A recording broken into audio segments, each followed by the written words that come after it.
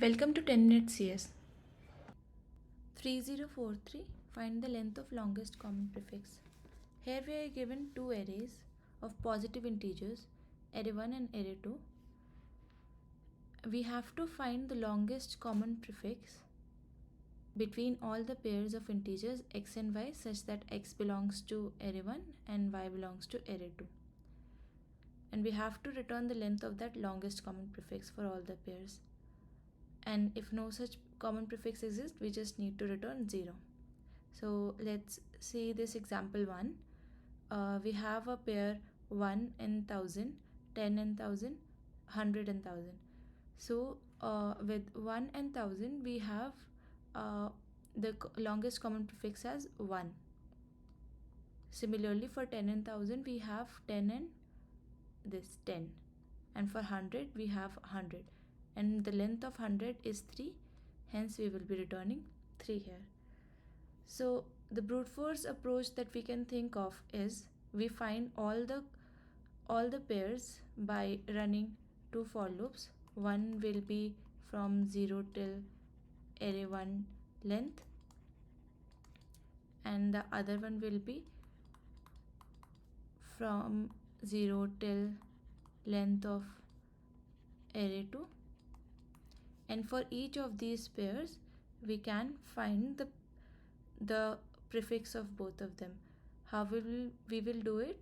We will convert both of them into string 1 and string 2, and with those we can run for loop over those string characters. Let's say we run for k from 0 till minimum length of string 1 and string 2, and we will check for each of that. We will check for each character in string 1 character at k, and if it's equal to string 2 character at k, in such a case we will be increasing our length variable, and if this condition is not true, in that case we can just simply break. And finally, after each of these iteration we can increment our max length to max of either of the max length or the length we have currently found, and finally we can just return this. Let's look at the code for this brute force approach. We have our max variable which will be storing the maximum length. We run two for loops to get all the pairs. We convert these integers into strings and get the common prefix of both of the strings using our common prefix function. We have length as 0 at first. We run this loop for minimum of these two. If the characters are matching, we just increase the length, else we'll break it, and finally we return this length. And we update our max length with the answer we have got using this function or the already existing max value, and finally we just return it. The time complexity for this approach will be, here we are using two for loops. Let's say its length is n and its length is m, so this will be big O of n cross m, and after this we are converting it to string, so this will again take n and m, and using this common prefix we are running it for minimum of n comma m, so this will be multiplied to n plus m plus minimum of n comma m. So this will be the time complexity for it, and the space complexity is constant in this case. As we can see, this is a cubic time complexity, so this approach will give us a TLE. Can we do better in it? Of course we can. If we closely observe, we are just trying to find the prefix, right? So do we need to convert it to a string and then find the common prefix? Let's say for a number 100,000, each time we can divide by 10 and get the prefix, and with this also we can divide it by 10 again and get 10, and again with 10 and we will get 1. So haven't we got all the prefix needed?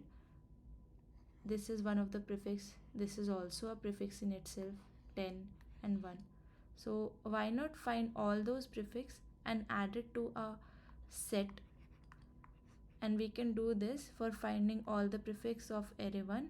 We'll add it to our set, and while finding the prefix of the elements of array 2, we can check if they exist, and if that is the case, we can then get the length of those prefix whenever they are matching, and finally return the length of those prefix.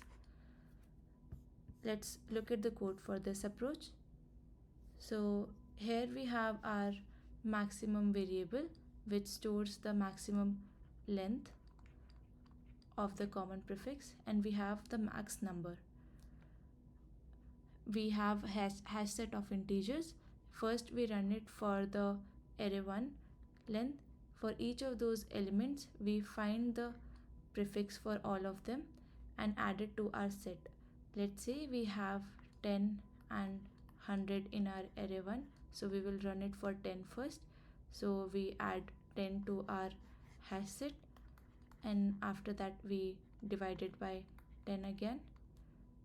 We got 1, so we add 1 to our hash set, and then we divide by 10 again. We got a 0, and once it is 0, we are no longer computing. Similarly for 100, we will be adding 100, 10 and 1. As 10 is already existing, so it won't be added again. Similarly for 1. So finally we will have 10, 1 and 100 in our hash set. Now for array 2, we will do similar thing, and we will find all the prefixes. We check if the set contains that prefix. In that case, we will be updating our maximum number. So why are we doing it here? Let's say we have two common prefixes which are matching. Let's say it's 10 and another one is 1000. So in that case, our longest prefix will be the maximum number. Hence we are updating our maximum number, and instead of computing the length for each of these prefixes here, we will compute it later. So once we have found the maximum number, we will get the length of that maximum number. Let's say it's 1000 in itself. We have our max as max length, which is initialized to 0. Now we divide it by 10, we get 100. We will increase it to 1. Again we will do it, we get a 10. We increase it to 2. Again we'll do it, we get a 1. We increase it to 3. Now we will divide it by 10 again, we get a 0. So our length is 4 in this case, and we will be returning 4. So the time and space complexity for this approach will be, here we have a loop of big O of n, and here we have another loop of big O of m, but inside this we are finding all the prefixes. So for this, let's say the length of a number is, the length of the maximum number is m, and each time we are reducing it by 10, so that will be log to the base 10 of m. Similarly for this one, let's say it's n, and similarly for this one we have log to the base 10 of m, and here we will get max of m comma n, and the computation will also be reducing by 10, so it is log to the base 10 of max of m cross n. So total complexity will be big O of n into log to the base 10 of n plus m into log to the base 10 of m plus log to the base 10 of max of m cross n.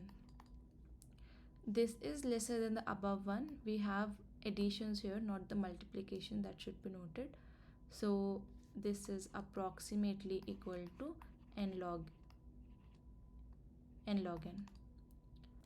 So the space complexity for this approach is, as we are having a hash set and we are storing all the prefixes for array 1, and the total number of prefixes will be these many, so the space complexity will be big of n log to the base 10 of m.